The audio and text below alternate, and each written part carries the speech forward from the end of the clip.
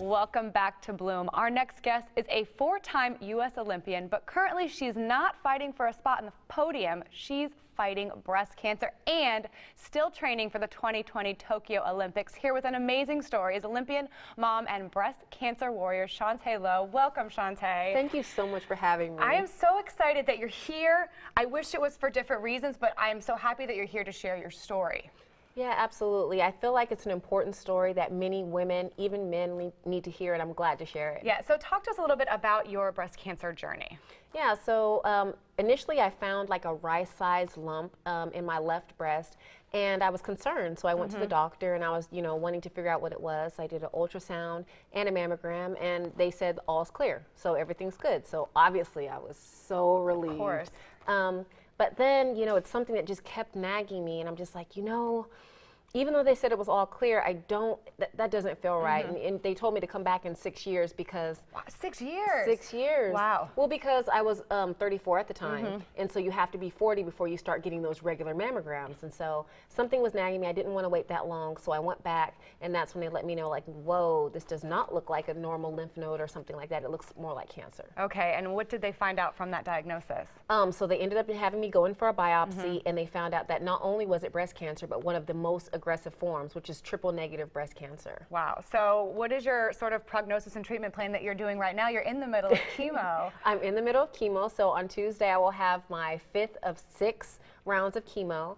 And I did a double mastectomy, so I had all the breast tissue removed. I just one of those things I didn't want to come back. Being a mom, you can't really, you don't want to play with it. Yeah. And so we did that. We did the lymph node test, and so thank God the way that we caught it, it was not further along. So. I mean, imagine that you're saying aggressive. If you would have waited 6 years, we would be having a totally different conversation. If we would be having a conversation at all. Yeah. Wow. So. What a note to women and men out there that if you think something is wrong, you need to be your own advocate. Absolutely, and that's what I keep hearing time and time again. I think one of the things that shocked me is that women are finding this even when they're breastfeeding.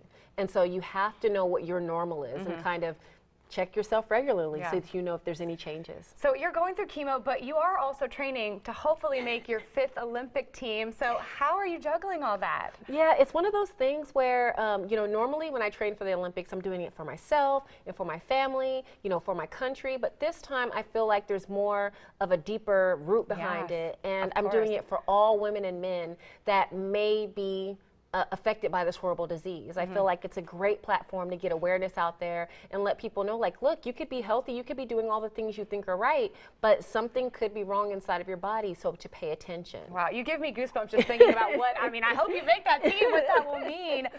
In terms of your life, what accomplishment are you most proud of? I think my children. Yeah. I think 100% for sure. And then snagging my husband because he's pretty fine. So. How are your children and your husband sort of doing with this journey? And here's your beautiful family there. They're actually dealing with it.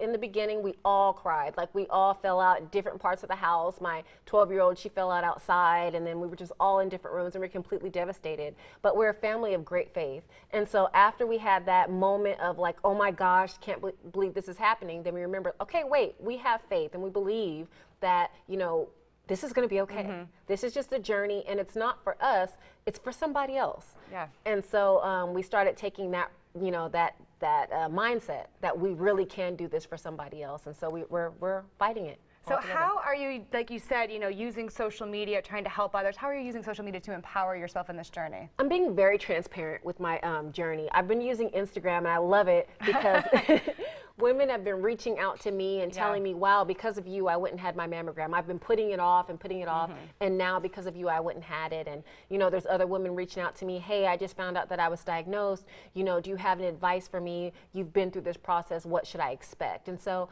it's a great way to connect with other women who are battling this, women and men, and it's a great way to kind of share my story to help prevent those further cases, the metastatic breast cancer, know. So real quickly, if someone out there is in the middle of a cancer journey, what is the one thing you would say to them?